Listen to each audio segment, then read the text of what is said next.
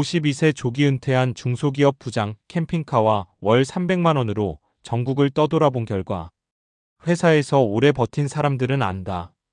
은퇴는 어느 날 갑자기 오는 사건이 아니라 아주 오래전부터 마음속에서 조금씩 시작된다는 걸. 출근길 지하철에서 문득 내가 이걸 언제까지 할 수 있을까라는 생각이 들고 회식 자리에서는 점점 할 말이 줄어든다. 후배들은 빨라지고 회사는 더 차가워지고 몸은 예전 같지 않다. 그런데도 통장 잔고와 자녀 교육비, 부모 병원비를 생각하면 쉽게 멈출 수 없다. 특히 50대는 애매하다. 사회에서는 아직 일할 나이라고 말하지만 회사에서는 이미 정리대상 분위기를 느끼는 경우가 많다. 버티자니 지치고 나오자니 불안하다. 그래서 많은 사람들이 은퇴를 끝으로 생각한다. 하지만 어떤 사람들은 은퇴를 완전히 다르게 받아들인다. 일을 안 하는 삶이 아니라 내 시간을 내가 선택하는 삶으로 말이다. 52세의 중소기업 부장을 그만두고 캠핑카 한 대로 전국을 떠돌기 시작한 김성훈 씨 가명도 그런 사람이었다. 처음 이야기를 들으면 다들 묻는다. 월 300만 원으로 가능해요? 안 불안했어요? 그 나이에 왜 그렇게까지 했어요? 그런데 정작 본인은 웃으면서 이렇게 말했다. 회사 다닐 때보다 덜 벌었는데 이상하게 더 잘 살고 있다는 느낌이 들더라고요. 그 말이 이상하게 오래 남는다. 김성훈 씨는 지방의 중견 제조업체에서 25년 넘게 근무했다. 영업관리팀 부장까지 올라갔고 연봉도 나쁘지 않았다. 겉으로 보면 안정적인 삶이었다. 하지만 속은 달랐다. 아침 6시에 일어나 출근하고 밤늦게 퇴근하는 생활이 반복됐다. 성과 압박은 심해졌고 젊은 임원들은 숫자로만 사람을 평가했다. 회사에서는 늘 위기다, 긴축이다라는 말이 돌았다. 어느 날 건강검진 결과에서 고혈압과 초기 당뇨 소견이 나왔다. 그날 집으로 돌아와 거실에 멍하니 앉아 있는데 아내가 물었다고 한다. 당신 진짜 이렇게 60까지 버틸 수 있어? 그 질문이 마음에 꽂혔다. 사실 그는 오래전부터 캠핑을 좋아했다. 주말마다 차박을 다녔고 은퇴 후에는 전국 일주를 해보자는 이야기를 아내와 자주 했다. 하지만 대부분의 사람들이 그렇듯 그 역시 나중에라는 말만 반복했다. 그러다 구조조정 이야기가 본격적으로 나오기 시작했다. 희망퇴직 명단이 돌고 동기들이 하나둘 회사를 떠났다. 그는 그때 처음으로 계산기를 두드렸다. 국민연금 예상 수령액, 퇴직금, 보유현금, 아파트 대출 잔액, 월 생활비, 그리고 결론을 내렸다. 엄청 풍족하진 않아도 굶어 죽지는 않겠네. 사람들은 은퇴 준비라고 하면 거창한 자산 규모를 떠올린다. 하지만 실제 은퇴자들을 만나보면 중요한 건 의외로 단순하다. 얼마가 있느냐보다 얼마로 살 수 있느냐가 훨씬 중요하다는 것이다. 김 씨 부부는 생활 방식을 바꿨다. 비싼 소비를 줄였다. 대형마트 대신 지역 시장에 갔고 외식 횟수를 줄였다. 옷도 거의 사지 않았다. 대신 자신들이 진짜 좋아하는데 돈을 쓰기로 했다. 바로 이동의 자유였다. 그는 4천만 원대 중고 캠핑카를 구입했다. 누군가는 무모하다고 했고 누군가는 부럽다고 했다. 자녀들도 처음에는 반대했다. 아버지, 괜히 고생만 하는 거 아니에요? 그런데 막상 시작해보니 생각보다 현실적이었다고 한다. 한 달 생활비는 평균 300만 원 정도. 캠핑장 장기 이용료, 기름가, 식비, 보험료를 모두 포함한 금액이었다. 물론 호텔처럼 편하지는 않았다. 겨울에는 춥고 여름에는 덥다. 주차 문제로 스트레스를 받을 때도 있다. 그런데도 그는 자주 이런 말을 했다. 내가 오늘 어디서 잘지 내가 결정하는 삶이 이렇게 행복한 줄 몰랐어요. 이 말이 핵심이다. 많은 직장인들이 놓치는 게 있다. 사람은 생각보다 돈보다도 통제감에 더 큰 행복을 느낀다는 점이다. 회사에서는 시간을 스스로 결정할 수 없다. 언제 출근할지, 언제 쉴지, 누구를 만날지 대부분 조직이 정한다. 하지만 은퇴 이후에는 달라진다. 오늘 바다가 보고 싶으면 동해로 가고 벚꽃이 피었다는 소식을 들으면 남쪽으로 내려간다. 시장 국밥집에서 지역 어르신들과 이야기하고 이름 없는 작은 해변에서 커피를 마신다. 그는 특히 평일 오후의 자유가 가장 좋았다고 말했다. 남들 다 일할 시간에 바닷가 벤치에 앉아 있으면 기분이 묘해요. 처음엔 내가 잘못 살고 있는 건가 싶었는데 나중엔 오히려 내가 이제야 내 시간을 사는구나 싶더라고. 물론 현실적인 어려움도 있었다. 가장 큰 건 외로움이었다고 한다. 직장에 다닐 때는 인간관계가 귀찮다고 느꼈는데 막상 나오니 전화 오는 사람이 급격히 줄었다. 회사라는 울타리가 사라지자 관계의 상당수가 업무 중심이었다는 걸 깨달았다고 했다. 그래서 그는 일부러 새로운 관계를 만들기 시작했다. 캠핑 동호회에도 나가고 지역 소모임에도 참여했다.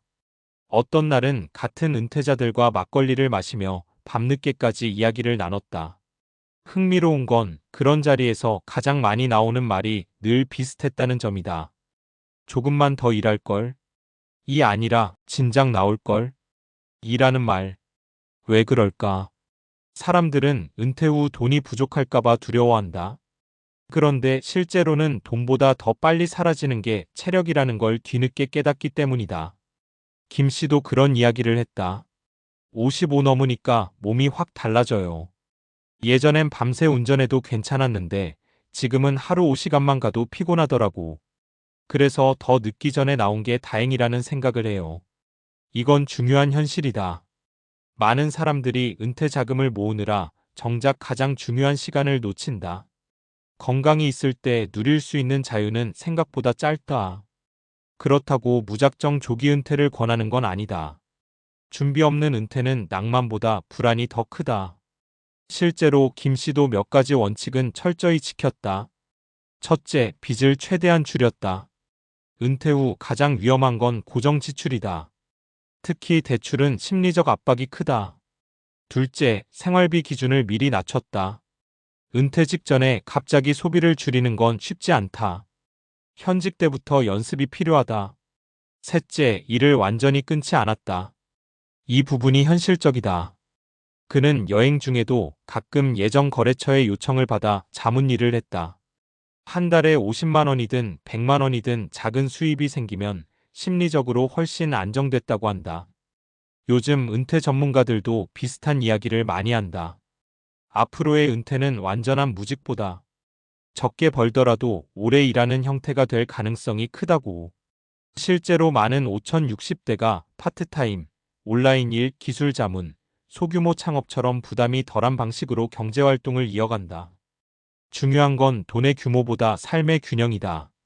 김 씨는 어느 인터뷰에서 이런 말을 했다.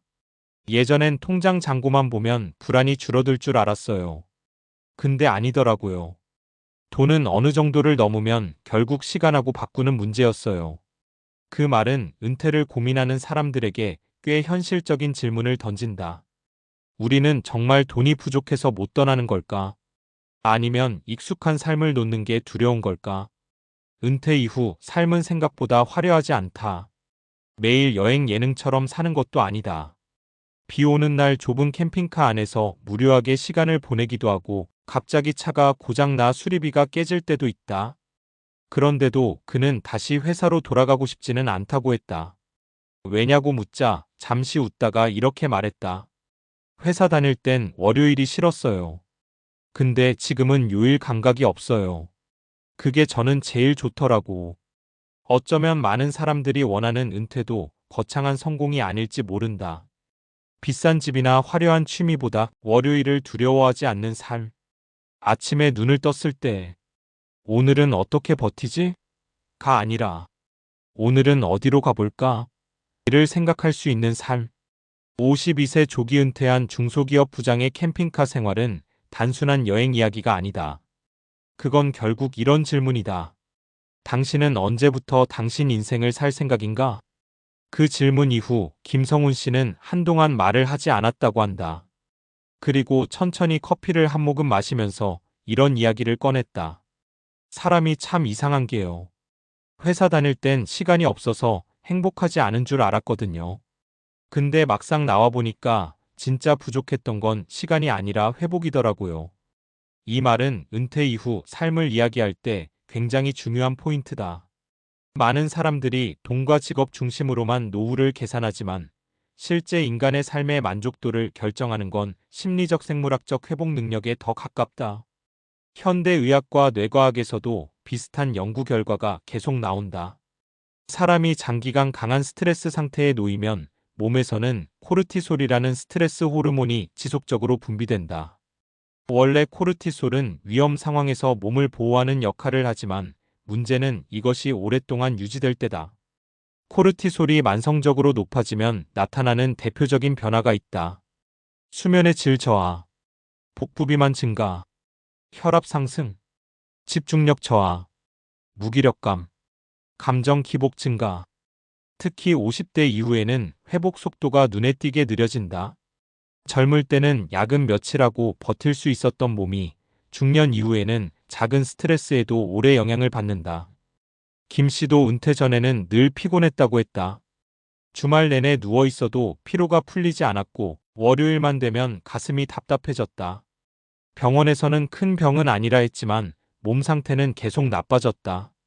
그런데 캠핑카 생활을 시작한 뒤 가장 먼저 달라진 건 의외로 건강검진 수치였다고 한다. 혈압이 안정되고 수면 시간이 늘었고 당 수치도 내려갔다. 물론 여행 자체가 만병통치약은 아니다. 핵심은 생활 리듬의 변화였다. 아침 햇빛을 보며 일어나고 걷는 시간이 늘어나고 식사 속도가 느려지고 억지 인간관계가 줄어들었다. 이건 단순 감성 이야기가 아니다. 실제로 인간의 생체 리듬은 햇빛과 활동량에 큰 영향을 받는다. 도시 직장인들은 대부분 실내 조명 아래에서 장시간 생활한다. 수면 호르몬인 멜라토닌 분비도 쉽게 깨진다. 반면 자연환경에 오래 머무르면 자율신경계 균형이 회복되는 경우가 많다. 숲이나 바다 환경이 스트레스 완화에 도움을 준다는 연구도 꾸준히 발표되고 있다. 김 씨는 전국을 돌며 이상한 걸 느꼈다고 했다. 처음엔 여행을 떠난다고 생각했어요. 근데 나중엔 도망쳤던 몸이 천천히 원래 상태로 돌아오는 느낌이 들더라고요. 특히 그는 속도에 대해 자주 이야기했다. 회사에서는 늘 빨라야 했다. 빨리 보고하고, 빨리 결정하고, 빨리 성과를 내야 했다. 그런데 은퇴 후 지방 소도시를 다니다 보니 완전히 다른 시간을 경험하게 됐다고 한다. 시장 상인들은 급하게 말하지 않았고, 시골 식당은 음식이 천천히 나왔고, 바닷마을 사람들은 해질 때까지 멍하니 앉아 있는 걸 이상하게 생각하지 않았다. 처음엔 답답했는데 어느 순간 자기 호흡도 느려졌다고 했다. 사실 인간의 뇌는 끊임없는 긴장 상태를 오래 견디도록 설계되지 않았다. 문제는 현대 사회가 그 반대로 움직인다는 점이다. 스마트폰 알림, 성과 경쟁, 끊임없는 비교, 노후 불안, 경제 압박. 특히 한국의 중년 세대는 압축 성장 시대를 통과하며 살아온 경우가 많다. 쉬면 뒤처진다는 감각이 몸에 깊게 남아있다. 그래서 은퇴 후에도 불안을 느낀다. 쉬고 있는데도 쉬는 것 같지 않다. 아무것도 안 하면 죄책감이 든다. 김 씨 역시 처음 몇 달 동안은 그랬다고 한다. 캠핑장에 앉아 있어도 자꾸 휴대폰을 확인했고 괜히 경제 뉴스만 들여다봤다. 통장 잔고를 반복해서 확인했다. 그런데 시간이 지나며 조금씩 달라졌다. 돈이 줄어드는 속도보다 불안이 줄어드는 속도가 더 빨랐어요. 이 표현이 꽤 현실적이다. 많은 사람들이 은퇴하면 불행해질 거라고 상상하지만 실제 행복감은 단순 소득보다 삶의 자율성과 관계 깊다는 연구도 많다. 대표적으로 심리학에서는 인간 행복의 핵심 요소로 세 가지를 자주 말한다. 자율성, 유능감, 관계성. 즉, 내 삶을 내가 선택하고 있다는 감각, 쓸모 있는 존재라는 감각, 누군가와 연결되어 있다는 감각이다. 문제는 직장 생활이 길어질수록 이 세 가지가 동시에 무너지기 쉽다는 데 있다. 내 시간은 회사가 정하고 성과 압박 속에서 자존감은 흔들리고 인간관계는 점점 기능적으로 변한다. 반면 김 씨는 은퇴 후 작은 방식으로 이것들을 다시 회복했다고 말했다.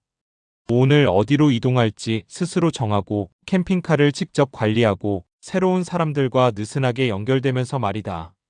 흥미로운 건 소비 방식도 달라졌다는 점이다. 예전에는 스트레스를 풀기 위해 소비했다고 한다. 비싼 외식, 필요 없는 쇼핑, 충동 구매 같은 것들이다. 그런데 이동 생활을 시작하니 오히려 물건 욕심이 줄었다고 했다. 캠핑카 공간이 좁다 보니 정말 필요한 것만 남게 됐다. 짐이 많을수록 피곤하다는 걸 체감하게 된 것이다. 이건 최근 심리학에서 말하는 경험 소비와도 연결된다. 사람은 물건에서 얻는 만족보다 경험에서 얻는 만족이 더 오래 지속되는 경향이 있다. 특히 나이가 들수록 소유보다 기억과 관계 중심의 행복이 커진다고 한다. 김 씨는 어느 날 전남의 작은 항구에서 혼자 라면을 끓여 먹다가 갑자기 울컥했다고 말했다. 별 이유는 없었다고 한다. 그냥 바람 소리 들으면서 천천히 밥 먹는 시간이 너무 오랜만이었다는 것이다. 생각해보면 이상한 일이다. 우리는 더 편하게 살려고 평생 열심히 일하는데 정작 가장 그리워하는 순간은 아주 평범한 여유인 경우가 많다. 결국 은퇴 준비는 단순히 얼마를 모을까의 문제가 아닐지도 모른다. 어쩌면 더 중요한 건 이것이다. 나는 어떤 속도로 살고 싶은가? 나는 무엇을 할 때 가장 살아있다는 느낌을 받는가? 그리고 지금의 삶은 그 방향으로 가고 있는가? 김성훈 씨의 캠핑카 생활은 화려한 성공담은 아니다. 하지만 적어도 한 가지는 분명해 보인다. 그는 늦기 전에 자기 삶의 속도를 다시 선택했다.